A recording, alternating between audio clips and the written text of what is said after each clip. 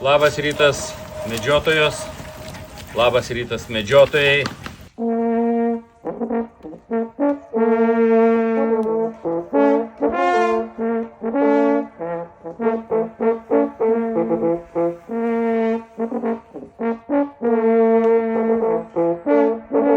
Ką mes medžiosim? Medžiosim taurio elnio patiną.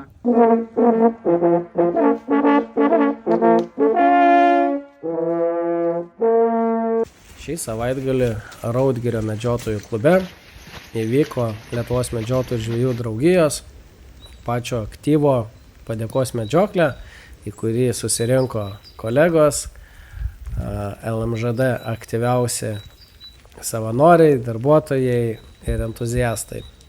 Raudgirio klubo kolektyvas labai gražiai mus priėmė, pravedė tikrai tvarkingą ir gražią medžioklę. Galbūt trofėjai nebuvo labai įspūdingi, bet iš principo ir tos dienos tikslas nebuvo primedžioti daug žvėrių.